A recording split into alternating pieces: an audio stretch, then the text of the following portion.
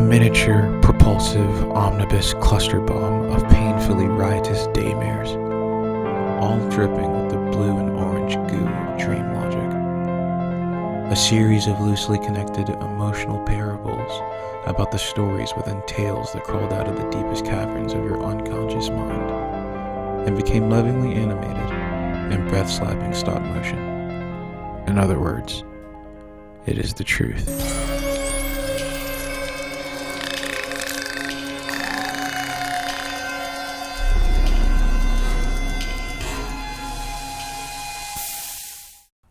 We step inside to see Ryan Riegert, a small child who holds a burning magnifying glass up to a flea that weighs less than all our souls combined.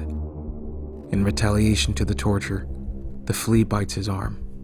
Little did Ryan Riegert know that his fate was now sealed by the flea, as he scratches religiously until the sore on his arm formed into the shape of a small church, wholly consuming Ryan Riegert, granting his unspoken desires to become a deity, something eldritch and perverse in nature.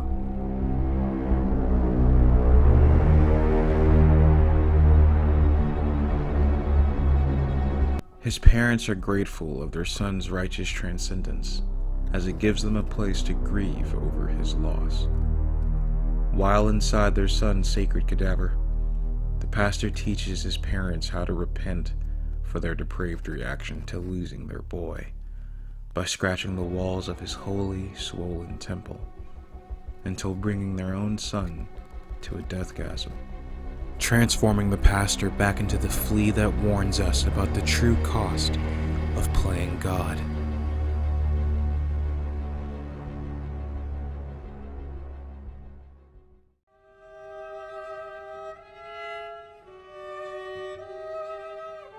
We cut to a basic training barracks, an 11 stop-motion homage to Full Metal Jacket.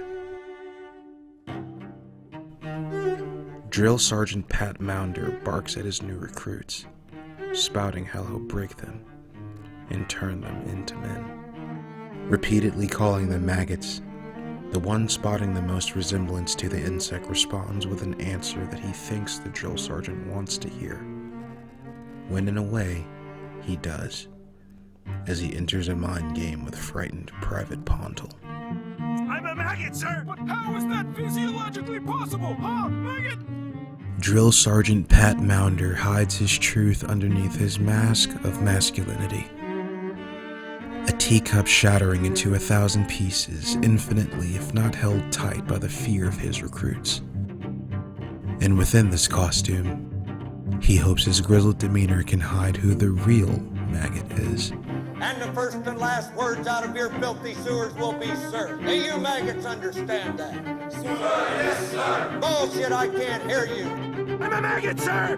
I don't understand! And in nightmarish fashion, the one person you'd pray could never see the real you actually can, and hears all of your thoughts too. God, I hope he can't really see inside me. How fragile I am. Leaving you no space to lie, no pace to keep track of as time builds over your facade. Only the empty reality of the cold and shivering.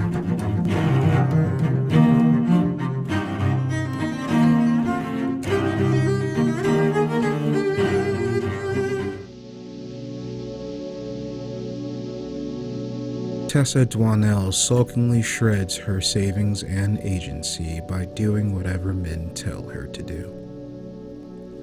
And on this expensive insecurity venture, she hopes something new will bring change. While looking at the blue ones, she bears witness to the newest trend.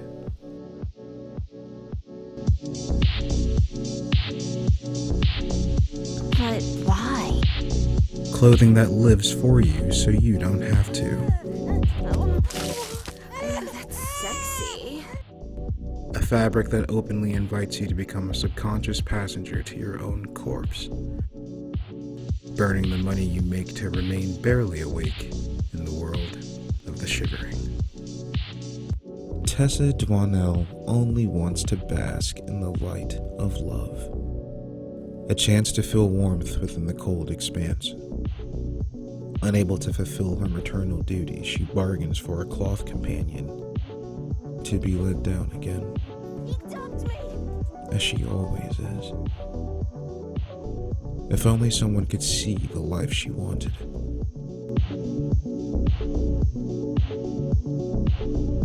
Wait, miss? We learn that Private Pontil manipulated Sergeant Maunder by turning him into a tool for the government. An honorable man that was stripped of his humanity, thrown into war after war, until only his consciousness was left. Private Pontil did this to get out of his own dangerous combat obligation, free of his duty to live a life of true hedonism and voyeuristic depravity. But now, racked with the guilt of his actions, he seeks redemption at the only place he knows that can absolve sins so perverse.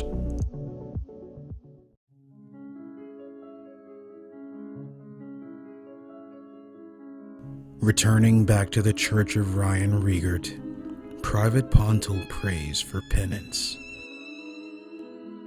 For something to brighten the life of a soul so weighed down. Until receiving recompense from Sergeant Pat Maunder in the form of a bullet. Oh, sorry, bullets. But who knew that during death's ascension, the light you leave behind can sometimes be just enough to bask in?